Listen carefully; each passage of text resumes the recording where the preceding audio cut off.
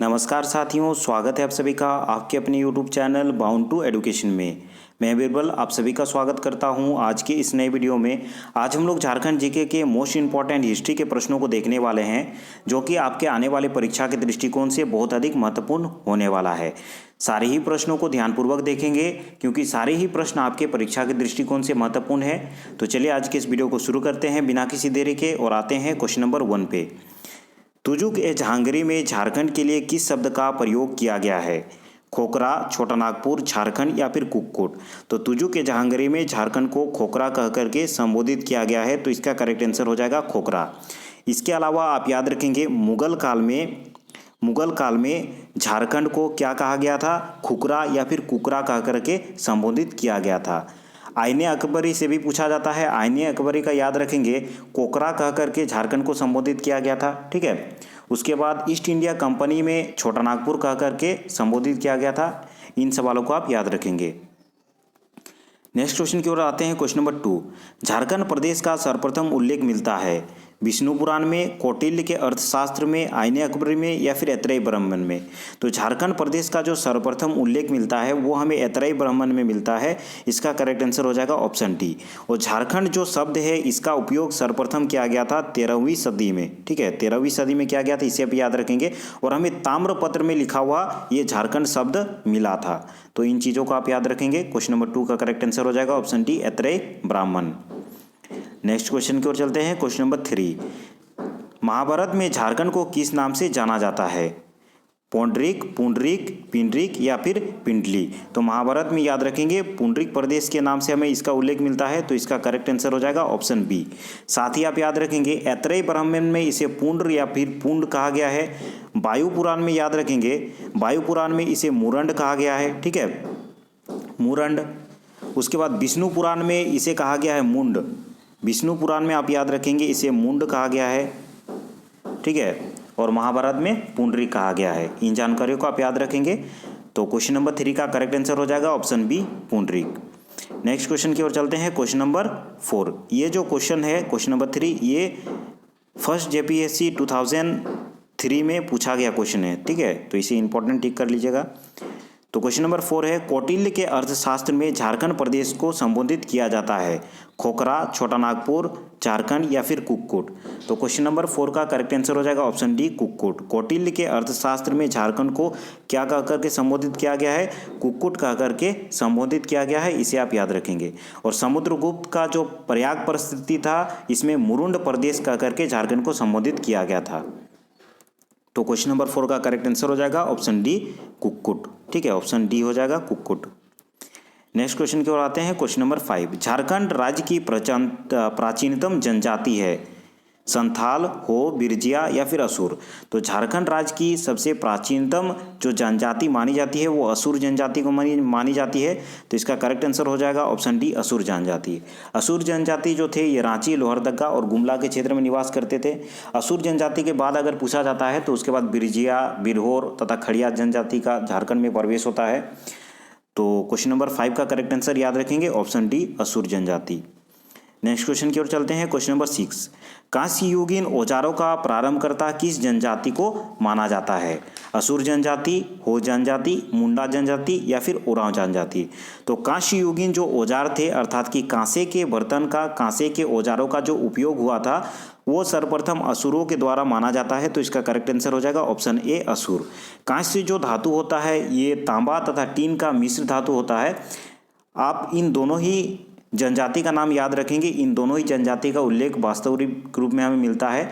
कांस्य युगीन जो औजारों का निर्माण किया गया था प्रारंभकर्ता माना जाता है असुर और बिरजिया दोनों ही जनजाति को। ठीक है, तो बिरजिया का नाम भी याद रखेंगे। आपका ऑप्शन में अगर बिरजिया रहेगा तो वो भी करेक्ट हो जाएगा। ठीक है, तो क्वेश्चन नंबर 6 का करेक्ट आंसर हो जाएगा ऑप्शन ए, असुर जनजाति। नेक्स्ट क्वेश्चन की ओर चलते हैं। क्वेश्चन नंबर 7, क्वेश्चन नंबर 7 है, झारखंड राज्य के बेनुसागर जो कि वर्तमान में सिंहभूम का क्षेत्र है नामक स्थान से प्राप्त हुआ है। जैन मूर्तियाँ, बौद्ध मूर्तियाँ, कन्नगाह के अवशेष या फिर शिवलिंग। तो झारखंड का जो बेनुसागर क्षेत्र है जो कि वर्तमान में सिंहभूम का क्षेत्र में आता है, वहाँ से जैन मूर्तियाँ प्राप्त हुई हैं, तो इसका करेक्ट आंसर हो जाएगा ऑप्शन ए, जैन मूर्तियाँ। तो क्वेश्चन नंबर 7 का करेक्ट आंसर याद रखेंगे ऑप्शन ए जैन मूर्तियाँ। साथ ही आप याद रखेंगे दूध पानी, ठीक है, इससे भी प्रश्न बनते हैं। दूध पानी जो कि हजारीबाग में है, यहाँ से हमें 8वीं शताब्दी के अभिलेख प्राप्त हुए हैं। उसके बाद पलामू प्रमंडल से हमें 3 पाषाण काल के औजार प्राप्त होते हैं, ठीक है।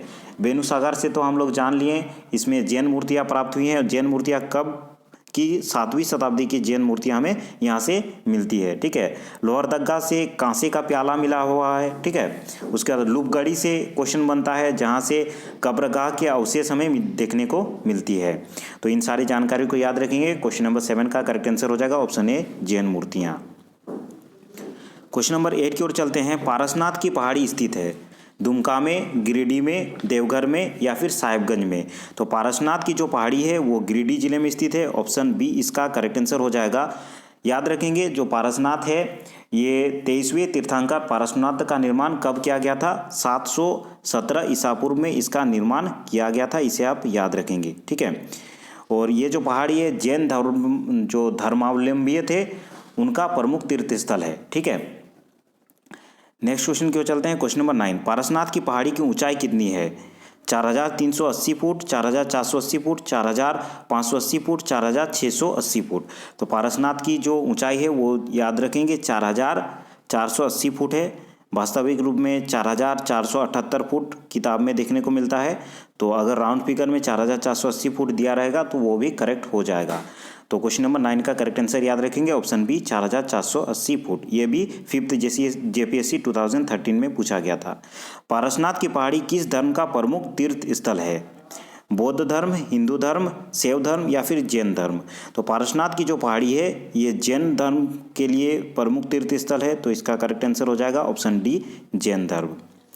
क्वेश्चन नंबर 11 पे आते हैं। सूर्यकुंड अवस्थित है, ठीक है, ये बहुत अधिक पूछा गया प्रश्न है। सूर्यकुंड कहाँ अवस्थित है? हजारीबाग में, रांची में, लातेहार में या फिर चतरा में। तो याद रखेंगे सूर्यकुंड हजारीबाग में स्थित है और यहाँ से बौद्ध की प्रस्तर मूर्ति हमें देखने को मिलती है। तो उसे भी याद रखेंगे। बौद्ध की प्रस्तर मूर्ति हमें कहाँ मिलती है? सूर्यकुंड हजारीबाग से प्राप्त हुई है। तो क्वेश्चन नंबर 11 का करेक्ट आंसर याद रखेंगे। सूर्यकुंड कहाँ स्थित है? हजारीबाग में स्थित है। इसका करेक्ट आंसर ऑप्शन ए हो जाएगा हजारीबाग। क्वेश्चन नंबर 12 है। प्राचीन काल का वह प्रथम शासक जिसकी राजधानी झारखंड क्षेत्र में अवस्थित थी। प्राचीन काल का वह कौन सा प्रथम शासक था जिसकी राजधानी झारखंड में अवस्थित थी? हर्षवर्धन, शशांक, अशोक या फिर समुद्रगुप्त। तो क्वेश्चन नंबर 12 का करेक्ट आंसर याद रखेंगे। शशांक वह शासक था जिसकी राजधानी सर्वप्रथम झारखंड में बनाई गई थी, ठीक है। याद रखेंगे शशांक जो थे ये शैव धर्म का अनुयायी था तथा इसने झारखंड में अनेक शिव मंदिरों का निर्माण करवाया था, ठीक है। शशांक के काल का जो प्रसिद्ध मंदिर हमें देखने को मिलता है बेनुसागर, जो कि एक शिव मंदिर है। और इससे संबंधित हमें क्वेश्चन देखने को मिलेगा कि बेनुसागर जो मंदिर है वो किसके काल में बनाया गया था? तो शशांक के काल में बनाया गया था। और सर्वप्रथम शशांक ने अपनी राजधानी को झारखंड में स्थापित किया गया था, ठीक है। और इससे संबंधित जो बेनुसागर मंदिर है ये सिंहभूम और मयूरभंज के क्षेत्र में अवस्थित है। और जो अगर स्थान का नाम आजकल पूछ दिया जाता है, अगर बहुत अधिक डीप में जाएगा तो कोचांग नामक स्थान पे बेनुसागर मंदिर मिलता है। ये बेनुसागर मंदिर शशांक के काल में बनाया गया था, जो कि एक शिव मंदिर है। इस मंदिर का नाम याद रखेंगे बेनुसागर मंदिर, ठीक है, बेनुसागर मंदिर। इससे भी क्वेश्चन बहुत अधिक पूछा जाता है। तो क्वेश्चन नंबर 12 का करेक्ट आंसर हो जाएगा option B Shashank. Next question की ओर चलते हैं। क्वेश्चन नंबर 13, शशांक कालीन बेनुसागर मंदिर किस देवता से संबंधित है? कृष्ण, देवी, राम या फिर शिव। तो अभी हम लोगों ने चर्चा किया शशांक कालीन जो बेनुसागर मंदिर है वो किस देवता से संबंधित है? वो शिव देवता से संबंधित है। तो इसका करेक्ट आंसर हो जाएगा ऑप्शन डी शिव देवता। नेक्स्ट क्वेश्चन की ओर चलते हैं। क्वेश्चन नंबर 14, छोटा नागपुर पर शासन करने वाले नागवंशी शासकों में निम्न में से कौन शामिल नहीं था? जो छोटा नागपुर में नागवंशी शासक हुए उन नागवंशी शासकों में निम्न में से कौन शामिल नहीं था? प्रतापकर्ण, विराटकर्ण, छत्रकर्ण या फिर विक्रमकर्ण। तो याद रखेंगे क्वेश्चन नंबर 14 का करेक्ट आंसर हो जाएगा ऑप्शन डी विक्रमकर्ण का उल्लेख हमें किसी भी प्रकार के छोटा नागपुर के नागवंशी शासकों के रूप में नहीं मिलता है। तो इसका करेक्ट आंसर हो जाएगा ऑप्शन डी विक्रमकर्ण, ठीक है। नेक्स्ट क्वेश्चन की ओर चलते हैं। क्वेश्चन नंबर 15, निम्न में से किस झारखंडी सुल्तान के नाम से जाना जाता है? किसे झारखंडी सुल्तान के नाम से जाना जाता है? फिरोज शाह तुगलक, मोहम्मद बिन तुगलक, आदिल शाह द्वितीय या फिर शेर शाह सूरी? तो क्वेश्चन नंबर 15 का करेक्ट आंसर होगा ऑप्शन सी, आदिल शाह द्वितीय को झारखंडी सुल्तान के नाम से जाना जाता है। तो इसका करेक्ट आंसर हो जाएगा ऑप्शन सी, आदिल शाह द्वितीय। क्वेश्चन नंबर 16 है, झारखंड राज्य का कौन सा क्षेत्र मुस्लिम आक्रमण से लगभग अप्रभावित रहा? बोकारो, धनबाद, साहेबगंज या फिर हजारीबाग? तो झारखंड का जो धनबाद जिला है ये मुस्लिम आक्रमण से बिल्कुल अप्रभावित था। तो ये इसका करेक्ट आंसर हो जाएगा option B, Dhanbad. Question number 70 है, नागवंशी राज्य की स्थापना किसके द्वारा की गई थी? भवराय, मदन राय, फनी मुकुट राय या फिर प्रताप राय? ये बहुत अधिक पूछा जाता है और हर एक पेपर में आपको ये क्वेश्चन या फिर इससे संबंधित क्वेश्चन आपको देखने को मिल जाएगा। तो क्वेश्चन नंबर 17 का करेक्ट आंसर याद रखेंगे, फनी मुकुट राय के द्वारा नागवंशी राज्य की स्थापना की गई थी। तो इसका करेक्ट आंसर हो जाएगा ऑप्शन सी, फनी मुकुट राय। ठीक है, संबंधित एक बहुत ही अधिक महत्वपूर्ण क्वेश्चन बनता है कि सुतियांबे को किस नागवंशी राजा ने अपना राजधानी बनाया था? तो जो फनी मुकुट राय थे उन्होंने सुतियांबे को अपनी राजधानी बनाया था और वहीं पे सूर्य मंदिर का निर्माण किया गया था। ठीक है, फनी मुकुट राय के बाद जो नागवंशी शासक थे जैसे कि मुकुट राय, मदन राय तथा प्रताप राय, इनका भी नाम याद रखेंगे। ठीक है, प्रताप राय से संबंधित एक क्वेश्चन आता है कि उन्होंने सुतियांबे से चुटिया को अपनी राजधानी बनाई थी। तो सुतियांबे से चुटिया स्थानांतरित कौन किया था राजधानी को? वो प्रताप राय ने किया था। ठीक है, प्रताप राय, उनसे संबंधित वो क्वेश्चन याद रखेंगे, प्रताप राय। नेक्स्ट क्वेश्चन की ओर चलते हैं। क्वेश्चन नंबर 18, बरवा की लड़ाई में सरगुजा के रक्सेल राजा को में किसने पराजित किया था? रक्सेल राजा को किसने पराजित किया था? भीमकर्ण, शिवदास कर्ण, विराट कर्ण या फिर छत्रकर्ण? तो क्वेश्चन नंबर 18 का करेक्ट आंसर याद रखेंगे, भीमकर्ण ने बरवा की लड़ाई में सरगुजा के रक्सेल राजा को पराजित किया था, इसे याद रखेंगे। ठीक है, और भीमकर्ण प्रथम प्रतापी शासक था जिसने राय के स्थान पर कर्ण की उपाधि से अपने आप को विभूषित किया था। तो इसे भी याद रखेंगे कि कर्ण की उपाधि से सर्वप्रथम किस शासक ने अपने आप को विभूषित किया था? तो इससे पहले जो राय की उपाधि थी जैसे कि फनी मुकुट राय, उसके बाद मुकुट राय, मदन राय, प्रताप राय, इस प्रकार से चली आ रही थी, परंतु भीमकर्ण वह पहला शासक था जिसने कर्ण की उपाधि धारण की थी। तो इसे आप याद रखेंगे। तो क्वेश्चन नंबर 18 का करेक्ट आंसर हो जाएगा ऑप्शन ए, भीमकर्ण। क्वेश्चन नंबर 19 है, नागवंशी राज्य की प्रथम राजधानी कहाँ थी? रातूगढ़, चुटिया, पालकोट या फिर सुतियांबे? तो नागवंशी राज्य की प्रथम राजधानी सुतियांबे में थी, जिसका जो राजधानी बनाया गया था वो फनी मुकुट राय के द्वारा सुतियांबे को अपनी राजधानी बनाई गई थी। तो इसका करेक्ट आंसर ऑप्शन डी, सुतियांबे। नेक्स्ट क्वेश्चन की ओर चलते हैं। क्वेश्चन नंबर 20, झारखंड राज्य का प्रसिद्ध भूमिज स्वराज्य आंदोलन किस वंश के शासनकाल में हुआ? मानभूम के मानवंश, सिंहभूम के सिंह वंश, पलामू के रक्सेल वंश या फिर पलामू के चेरो वंश? तो क्वेश्चन नंबर 20 का करेक्ट आंसर याद रखेंगे ऑप्शन ए, मानभूम के मानवंश के शासनकाल में भूमिज स्वराज्य आंदोलन हुआ था। इस क्वेश्चन का आंसर याद रखेंगे ऑप्शन ए, मानभूम के मानवंश। क्वेश्चन नंबर 21 पे आते हैं। क्वेश्चन नंबर 21 है, पलामू के चेरो वंश की स्थापना किसने की थी? भागवत राय, बागदेव सिंह, प्रताप धवल या फिर दर्प नारायण सिंह? तो याद रखेंगे पलामू के जो चेरो वंश की स्थापना है वो भागवत राय के द्वारा की गई थी। इसका करेक्ट आंसर हो जाएगा ऑप्शन ए, भागवत राय।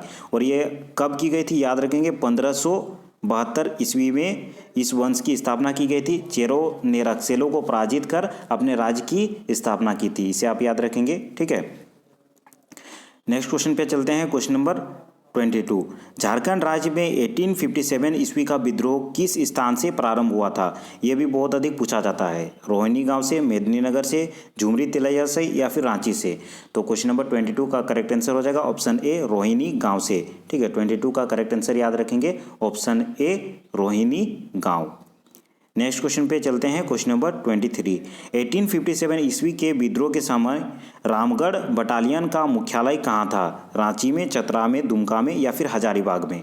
तो क्वेश्चन नंबर 23 का करेक्ट आंसर हो जाएगा ऑप्शन ए, रांची में। ठीक है, इसका करेक्ट आंसर याद रखेंगे option A, Ranchi. Next question की ओर चलते हैं। क्वेश्चन नंबर 24, 1857 के विद्रोह के दौरान झारखंड में मुक्ति वाहिनी सेना की स्थापना किसके द्वारा की गई थी? गणपत राय, शेख भिखारी, जयमंडल पांडे या फिर विश्वनाथ सहदेव।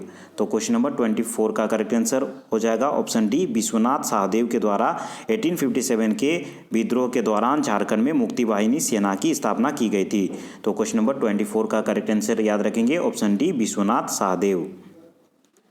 नेक्स्ट क्वेश्चन की ओर चलते हैं। क्वेश्चन नंबर 25, असहयोग आंदोलन के दौरान महात्मा गांधी के नेतृत्व में झारखंड में विदेशी कपड़ों की होली कहाँ जलाई गई थी? रामगढ़ में, पलामू में, देवघर में या फिर रांची में?